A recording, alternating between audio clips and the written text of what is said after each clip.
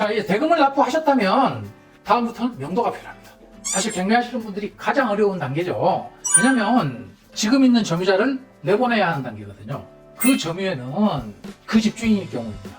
조금 말을 바꾸면 채무자 소유자인 경우가 있고요. 또는 임차인인 경우가 있고요. 또는 정체 없는 점유자일 경우도 있고요. 뭐 유치권자일 수도 있고요. 여러 점유자, 점유의 형태가 있습니다. 자, 이런 사람들을 내보내야 하는 것, 이런 것들이 명도의 단계 이렇게 부릅니다. 자, 그래서 경매에서는 인도명령 제도를 통해서 그 단계를 매우 압축시켜 놓았습니다. 그래서 인도명령 신청 방법 등등의 요령을 조금 배우셔야 할 거고요. 자, 다음으로 명도소송의 단계가 있습니다. 원래 2002년 이전에는 낙찰을 받으면 다 명도소송을 통해서 내보내야 됩니다. 짧게는 3개월, 길게는 뭐 몇 년도 가죠, 명도소송이. 이런 과정이 있기 때문에 여기에 대해서도 조금 공부를 하셔야 하고요. 경매에서는 인도명령 제도가 있습니다. 하지만 공매에서는 인도명령 제도가 없기 때문에 이 명도소송을 조금 배워두셔야 하는 것. 그래서 사실 경매와 공매일 경우에 만약에 공매가 진행된다면 명도 비용을 조금 더 책정해 두는 게 요령입니다. 자, 그리고 이제 인도와 명도소송, 그 다음에는 뭐가 필요할까요? 이제 집행관들이 가서 그 물건들을 다 드러내는 것. 그걸 우리는 강제집행 이렇게 표현합니다. 그래서 이 강제집행의 신청 방법 또는 뭐 강제집행 현장 결합 뭐 이런 것들도 사실은 조금 관심 있게 봐주시면 좋을 것 같습니다. 그리고 이런 모든 것들을 제가 다 할 줄 알면 협상이라는 걸 하는 겁니다. 요즘은 단가가 좀 올랐더라고요.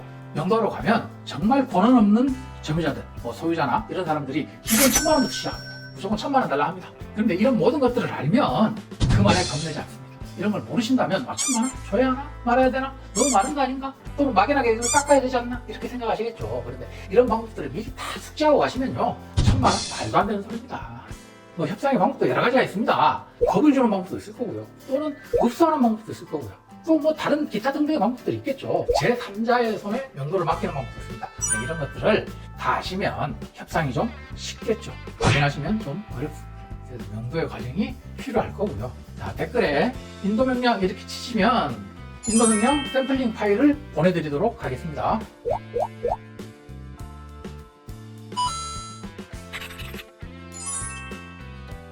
자, 다음으로 이제 명도가 끝났다면 이제는 이 부동산을 팔아야 할 겁니다. 자, 제일 좋은 거는요, 매각 시점이 언제가 제일 좋냐? 저는 그렇습니다. 잔금 내기 전에 매각하는 걸 가장 선호합니다. 자, 이런 거잖아요. 제가 잔금 내기 전에 매각했다는 건 이미 판매처를 차려놓고 낙찰을 받았다는 소리잖아요.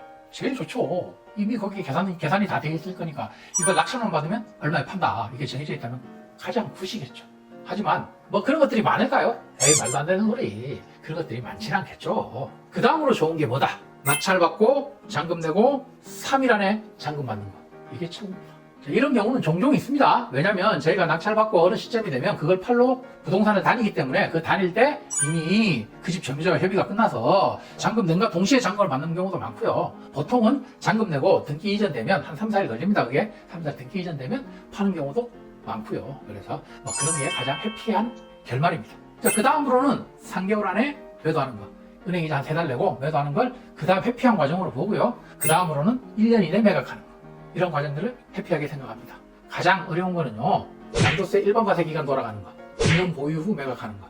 이게 좀 힘든 과정이다. 저는 그렇게 생각을 합니다. 단, 이 지역은 미래의 발전 가치가 있어서 보유하겠다 라고 생각할 수 있겠죠. 그래서 여기는 재개발이 되면 많은 이익이 돌아올 것이다 라고 판단된다면 그건 아예 낙찰 당시부터 은행 대출과 보증금을 어떻게 활용해서 최소한의 부용으로 이 물건을 가지고 가고, 그리고 운영 수익을 통해서 이자를 낼 수 있는 구조, 뭐 이런 구조를 짜서 들어가는 이런 상황을 만들겠죠. 무턱대고 내 돈 다 박아놓고 가는 경우는 만들지 않을 겁니다.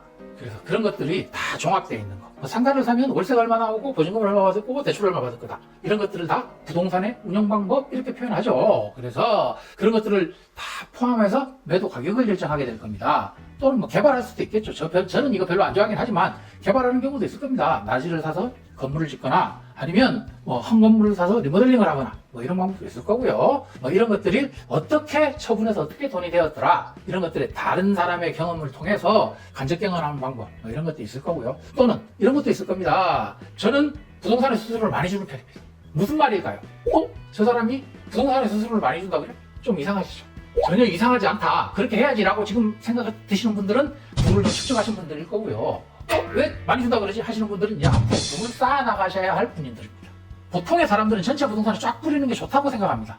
그건 초보자들 이야기입니다. 전체 부동산에 쫙 뿌릴 때가 있고요. 아니면 비밀리에 진행해야 되는 것이 있고요. 그 물건의 형태에 따라서 조금씩 다릅니다.